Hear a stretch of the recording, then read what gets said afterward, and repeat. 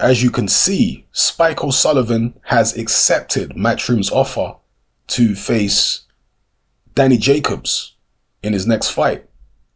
Hopefully this contest actually goes ahead. Danny Jacobs has been looking for an opponent.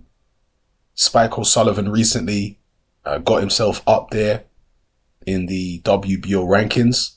So a fight between O'Sullivan and Danny Jacobs might serve as some type of eliminator, putting the winner closer to a showdown with Billy Joe Saunders, potentially. That's a fight Danny Jacobs has been wanting for a while. Kudos to Spike O'Sullivan. There had been some talk that his people, not necessarily Spike himself, but his people didn't want the Danny Jacobs fight. But Spike O'Sullivan is a game character. He's fought in the United States many times, so that will not bother him if the fight is in the United States, and I assume it will be because Danny Jacobs is the draw. So, yeah, this is a great opportunity for Spike O'Sullivan. A lot of people are going to see this as a mismatch. They're going to say, well, Danny Jacobs went 12 rounds with Golovkin and he handled Golovkin. Well, let me not say he handled him, but he was competitive against Golovkin to the point where there was some dispute about who actually won the fight, whether it was Jacobs or Golovkin. You know, some fans thought Golovkin did enough, other fans thought Jacobs won. So that's how well Jacobs did against Golovkin. And if he's doing that well against Golovkin, then surely Spike O'Sullivan's got not a chance in hell. That, I'm guessing, is going to be the general consensus if this fight actually gets made. But boxing is chess, it ain't checkers. It's a lot stranger than that. I certainly make Danny Jacobs a heavy favourite to defeat Spike O'Sullivan. But O'Sullivan is a guy, I think, who will take more risks. This might sound strange to you, but I think he'll take more risks against Danny Jacobs than Golovkin did. Golovkin, by his standards, boxed a very careful fight against Danny Jacobs. He wasn't just letting it all hang out and throwing the kitchen sink at Jacobs. No, Golovkin, if you believe he won the fight, and you know plenty of people do, they will tell you that he won the fight with the jab. Danny Jacobs was actually landing far more and throwing far more power punches than Golovkin. It was Golovkin's jab that won him the fight. So it was a very conservative performance by Golovkin standards. I think that Spike O'Sullivan will throw a lot more power shots than Golovkin did against Danny Jacobs. I think he'll gamble a lot more, at least in the early rounds. Maybe Danny Jacobs catches him, hurts him, puts him in his place. But I think Spike O'Sullivan is going to gamble. And he has to gamble.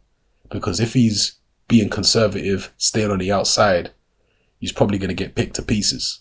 He does have a good chin, Spike O'Sullivan.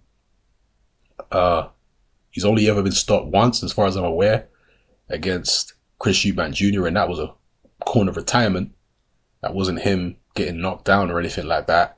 Danny Jacobs is probably going to be the biggest puncher that Spike O'Sullivan would have faced as a professional. So we'll see how well his whiskers hold up if the fight goes ahead. But I don't know. I can understand why people don't like the fight. And I can understand why people think it's going to be a mismatch. But me personally, I'm a little bit intrigued because I still maintain that Danny Jacobs is a bit vulnerable in terms of his punch resistance. And Spike O'Sullivan can punch. And we'll find out how well he can punch at this kind of level if this fight goes ahead. Because, you know, I'm still not convinced about Danny Jacobs around the chin. Yeah, he got up from Golovkin and he managed to go 12, but Golovkin wasn't really throwing that many power shots. So it's a game of numbers. The more power shots you throw, the more power shots are going to land. The more chance you have of dropping your opponent or putting him down or knocking him out. So Golovkin wasn't throwing as many power shots as normal.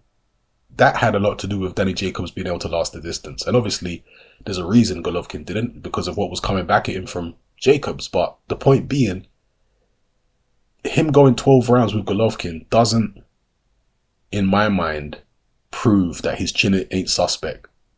Because he didn't get hit with that many power shots, you know, to really test that chin. Spike O'Sullivan, we'll see what he can do if the fight goes ahead. Let me know how you feel in the comment section below about this potential matchup. Again, it could serve as some type of eliminator. Maybe not a final eliminator, but some type of eliminator for Billy Joe Saunders' WBO crown. And there's a lot of people who want to see Billy Joe Saunders versus Danny Jacobs.